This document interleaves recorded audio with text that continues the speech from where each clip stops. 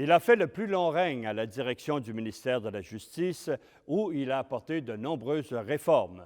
Bienvenue à Mémoire de député.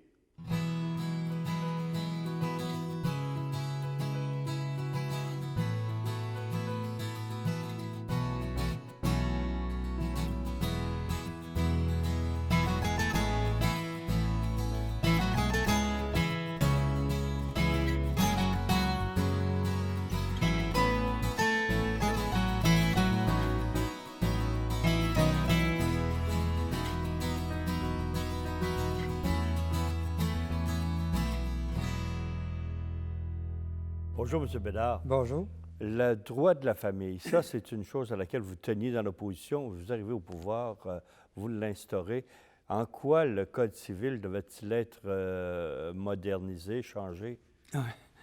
Le Code civil, vous le croirez peut-être pas, là, mais la dernière grande réforme, là, c'est en 1800, je pense que c'est autour de 1868. Hein? Ça datait. Ça datait, là. Puis c'est pour ça là, dans l'opposition, là, on exigeait qu'il y ait des choses, là, pas obligé de tout le faire, mais au moins d'en faire des chapitres là, importants. Là. Puis le Code civil, là, j'ai pas argumenté longtemps, c'est fondamental au niveau de la société, non seulement pour les relations des citoyens entre eux, mais un Code civil, ça cadre le caractère, la culture d'un peuple. C'est pas pour rien qu'après la conquête, une des premières choses que les citoyens, que le peuple québécois a demandé, là, ça a été de restaurer le Code civil de Napoléon dans le temps, là, de manière, parce que c'est essentiel, pas sur le plan de la relation des citoyens entre eux. Alors, c'est majeur. Alors, il y avait beaucoup de travaux qui avaient été faits dans les années passées là, sur ce qui devrait être une réforme. Bon, j'avais rencontré, ça avait été déposé en chambre, M. Crépeau a fait un travail remarquable là-dedans, dans cette partie-là. Alors là, il fallait agir. Alors c'est là qu'est arrivée la loi instituant un nouveau Code civil. Alors, l'ensemble du Code civil. Et où j'ai voulu, là, plutôt que de le prendre globalement, là, puis que ça prenne quelques ans, 4-5 ans, 5-6 ans, je suis allé dans une partie qui me semblait plus urgente que d'autres, qui est le droit de la famille. Là, le droit de la famille, et ça comprenait quoi? On avait exigé là, quand on était dans l'opposition. Le droit de la famille, là, essentiellement, là, c'est une adaptation des lois aux réalités nouvelles qui existaient. Là. Donc, quand je vous dis, à un moment donné, pour bien légiférer, il faut faire une bonne lecture de ce qui existe. Oui. Parce que tu peux légiférer très mal si tu n'as pas fait une bonne lecture de là où est rendue la société, puis comment on pourrait donner un bond en avant, là, sans rester disconnecté des réalités vécues. Alors, le droit de la famille là, était essentiel. C'était vraiment là, réclamé pas seulement pour les hommes, pour les femmes, mais pour les femmes. C'était une fois pour toutes là, la fin de l'autorité paternelle. Là. Avant, c'était l'homme qui gérait tout, là, au niveau des droits. Mm-hmm. Alors là, on a changé l'autorité paternelle pour l'autorité parentale, ce qui place la femme et l'homme sur un pied d'égalité concernant l'ensemble de ce qu'on peut appeler là, l'ensemble des règles là, à suivre sur le plan concernant l'administration de la famille, autrement dit. Également, on y rencontre des mesures là, telles que la protection de la résidence familiale, ce qui était important pour l'épouse, pour la femme en particulier, parce que ce moment-là, elle gérait de la même façon qu'elle, avait les mêmes droits que l'homme. Une mesure bien importante dans le droit de la famille, c'est l'égalité des enfants, là, de tous les enfants à leur naissance, là, sans discrimination, là, concernant leur origine ou par rapport à la situation des parents ou des enfants eux-mêmes. Alors, l'égalité de tous oui, les il y enfants. avait un enfant illégitime puis un enfant légitime. La disparition de cette pour aller rapidement, de cette illégitimité là, qui était, même chez les baptistères, puis inacceptable. Là. Bon, alors, c'est ça. Mais je pense, pour moi, je trouvais ça très, très... Une des mesures importantes. Également, il y a plusieurs autres droits, là, mais parce que le droit de la famille répondait, je pense, essentiellement aux demandes là, véhiculées depuis des années par des groupes de femmes, là, mais également était vraiment une adaptation là, des lois là, aux réalités vécues. Ensuite, j'avais fait précéder, mais j'y ai ajouté là-dedans, dans ce droit de la famille, la perception des pensions alimentaires, la mise en place d'un percepteur des pensions alimentaires pour aider, en fait, la personne qui a le droit de recevoir une pension, en fait, qu'il en soit fait ainsi, parce que c'est jamais facile, souvent difficile sur le plan judiciaire, et bien d'autres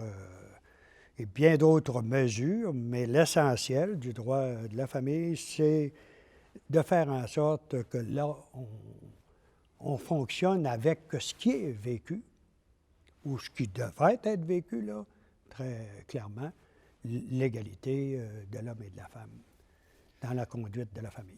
Dans la même foulée, vous avez fait adopter aussi d'autres lois. Là. J'en prends une. La libération conditionnelle des détenus, les travaux communautaires. Vous avez instauré les travaux communautaires plutôt que l'emprisonnement en alternative? Bien, effectivement, la libération conditionnelle, c'est simplement qu'on a mis en place une commission de libération qui n'existait pas. Là, alors, l'autre, avec des règles bien précises.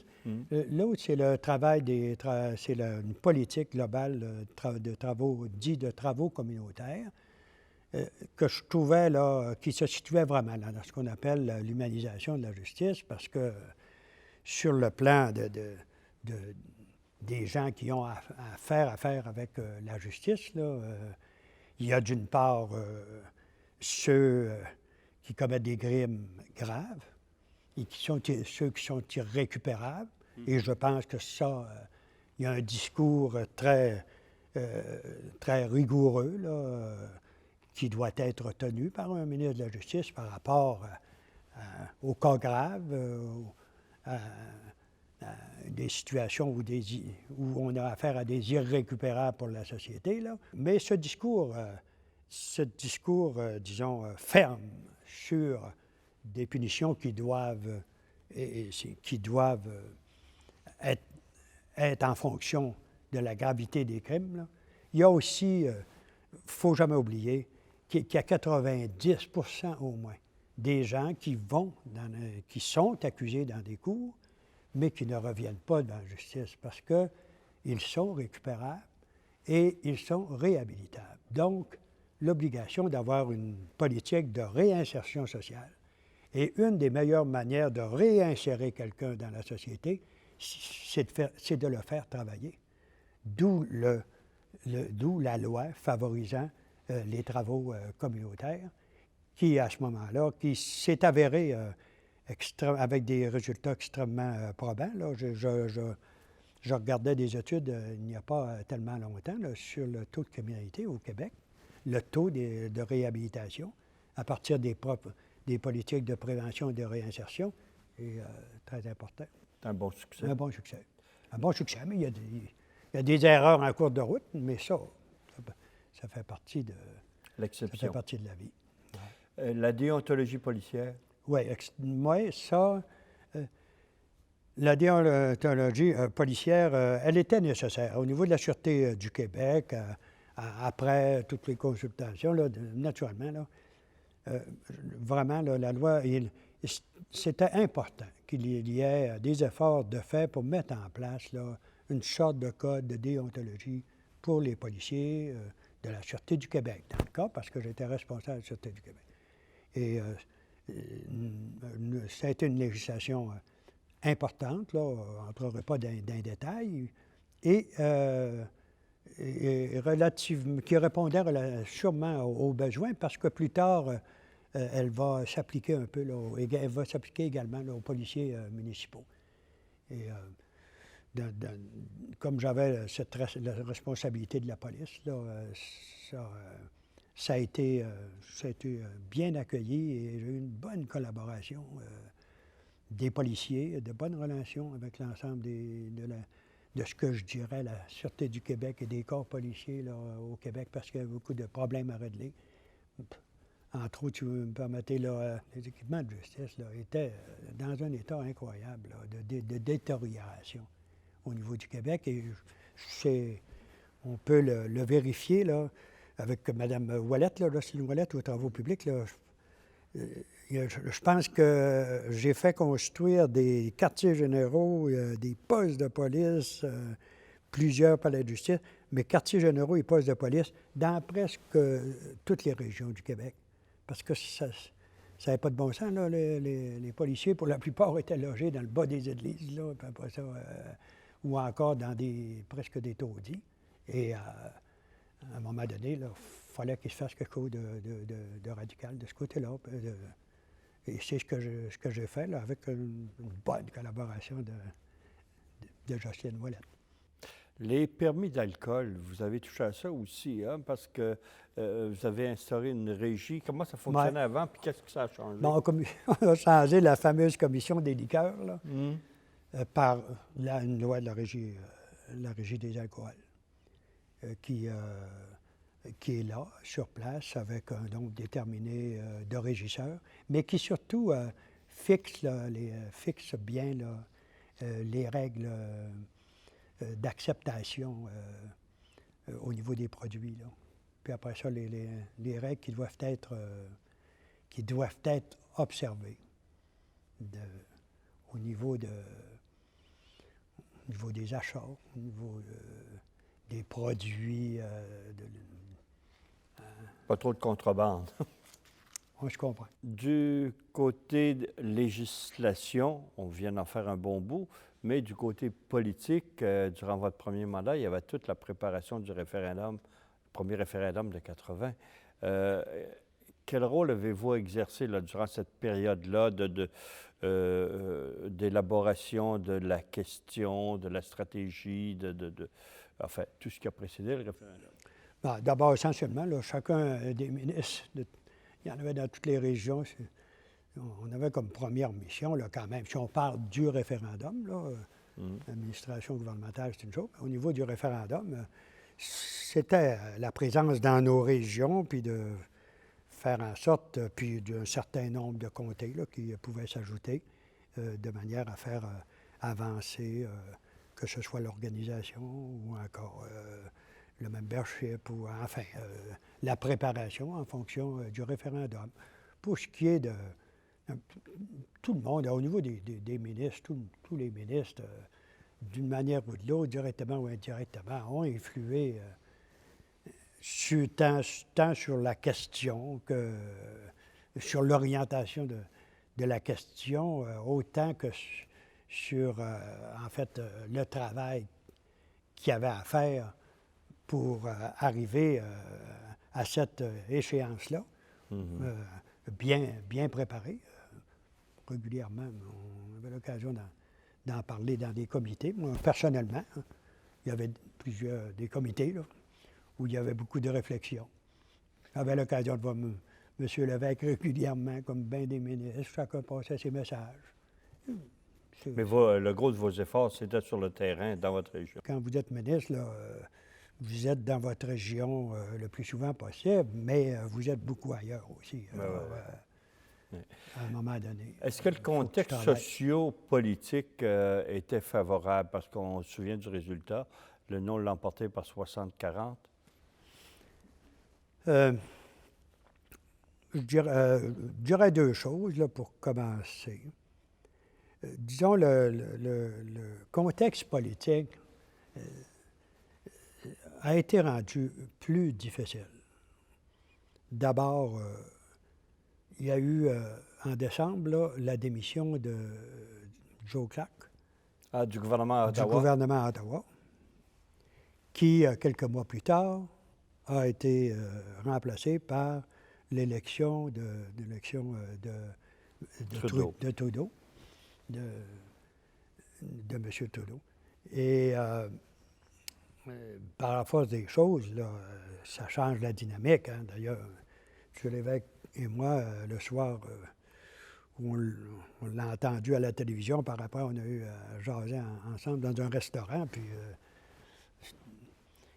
c'est évident que lui-même me disait que la dynamique changeait. Hein. Prenez des promesses, ne serait-ce que parce que vous vous rappelez la fameuse promesse de M. Trudeau, qu'il y aurait un changement au Québec si on disait non, que ce non-là voudrait dire un oui. Quand c'est dit par un francophone, tout le monde comprenait très bien, voulait comprendre que ça voulait dire plus de pouvoir aux francophones, plus de pouvoir au Québec, alors que ça s'est avéré que c'était complètement le contraire. Je pense que la même promesse dite par Joe Clark, malgré tout le respect qu'il avait, n'aurait peut-être pas eu le même effet, là, parce que ça a été important. Là. Mais peut-être s'il l'avait dit, peut-être l'aurait-il mieux respecté que M. Trudeau l'a fait. Mais ça, c'est l'expectative. Un deuxième élément important, c'était aussi les négociations dans le secteur public et parapublic. Vous savez, ont été plus longues que prévu. Elles se sont terminées presque, on dirait, les négociations ont été faites et le syndicat gardait une ligne dure, là, peut-être plus dure que celle qu'on pouvait s'attendre, ce qui a fait en sorte que les négociations ont duré longtemps. Pour ceux qui s'en rappellent, là, ça s'est terminé à la fin là, dans des choses qu'on n'aurait pas voulu entendre, là, dans le genre si c'est pas un oui, ça va être un non. Là, vous dire, ça voulait dire, là, c'était pas agréable. Là, ça dénotait des choses. Puis ça dénotait surtout que beaucoup d'efforts avaient été consacrés pour la réussite de ces négociations-là, tant sur le plan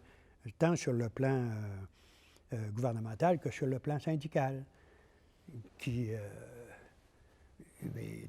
Donc, moins de temps pour l'unité dans l'action, la solidarité par rapport à l'action à faire pour se préparer en fonction de l'échéance référendaire.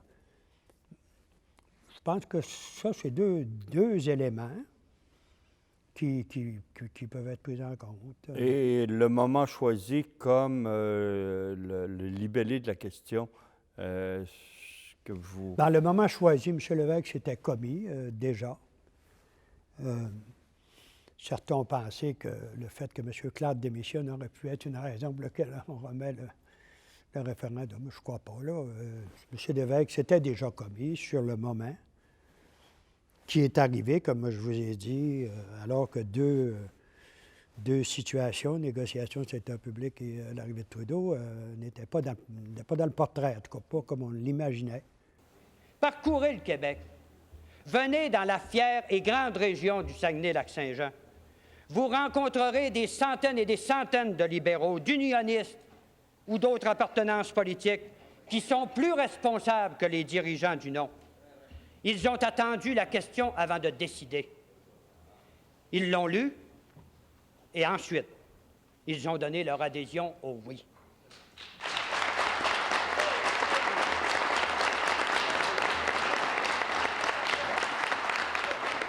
Ils ont placé, tout simplement, Monsieur le Président, ils ont placé la décision concernant l'avenir du Québec au-dessus de la partisanerie politique. Ils ont compris que l'importance durant la campagne référendaire, ce n'est pas de savoir si le Parti québécois ou le Parti libéral avance. L'important, c'est que le Québec avance.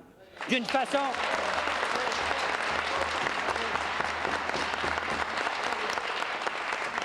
que le Québec avance, pas n'importe comment, d'une façon démocratique, tenant compte de la vitesse de croisière des Québécois. C'est ça, respecter le peuple. La question, le moment, nous avions fait des réformes importantes qui plaisent à des gens, qui peuvent déplaire, mais ça, je pense qu'on avait plutôt une cote très positive pour arriver au niveau du référendum, leur dire qu'on veut construire un pays, qu'on est capable de faire des réformes qui vont dans le sens d'un Québec meilleur, d'un Québec, etc. Et pour ce qui est de la question, j'imagine, si vous me demandez comment je la vois 30 ans après. Oui, oui. Ben, je dis, la question, d'abord, c'est 60-40. Le gouvernement, là,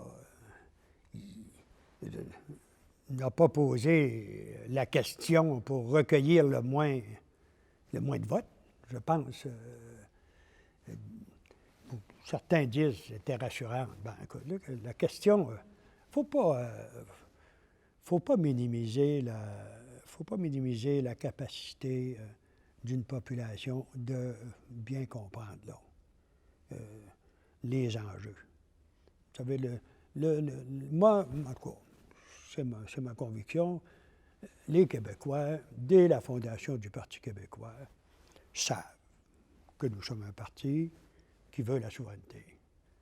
Bon, ça veut dire toutes ses lois, percevoir tous ses impôts, également sa représentation internationale, et c'est ce qu'on retrouve dans la question. Elle est bien définie. Bon, le reste, c'est un peu associer la population dans les autres étapes.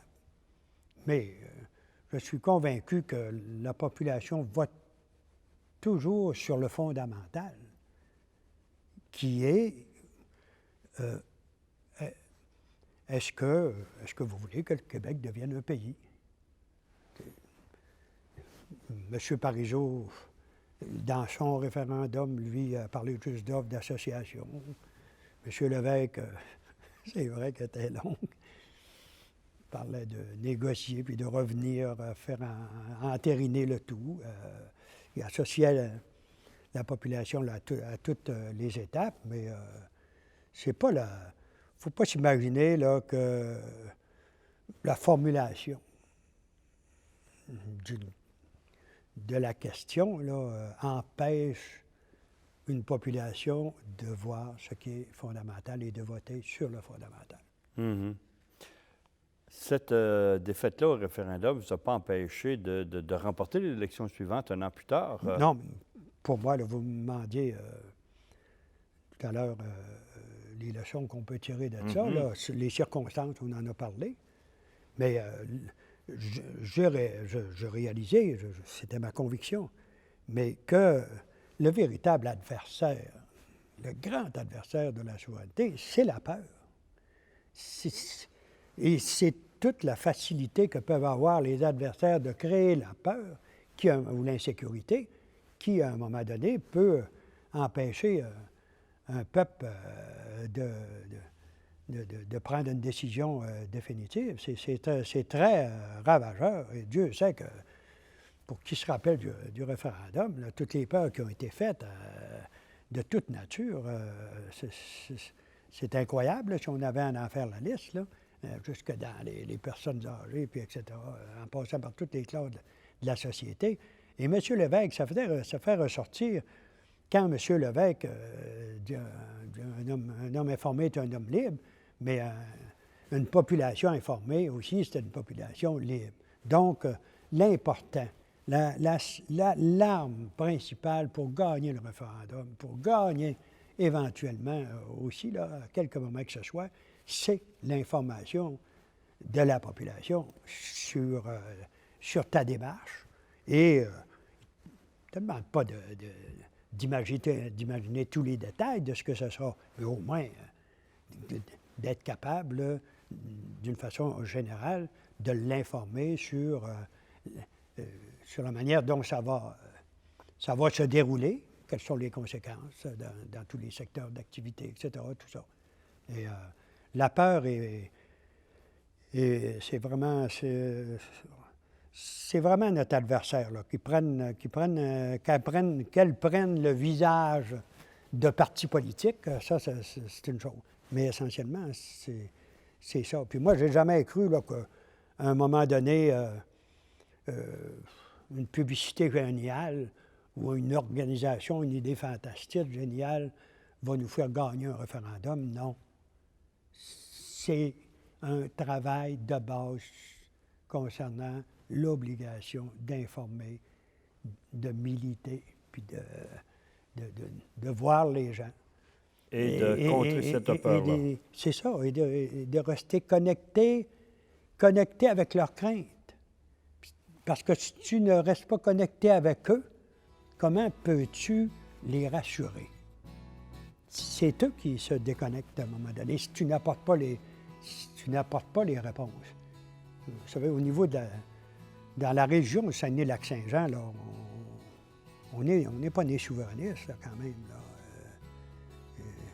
Mais je veux dire, il peut y avoir un contexte particulier. Mais moi, mon expérience, c'est le contact avec les gens pour être là, je dirais, dans un référendum, pour être près de leur peur et de leurs craintes, est essentiel. C'est la seule arme efficace contre la peur. On continue la semaine prochaine, M. Bédard. Ça fait plaisir.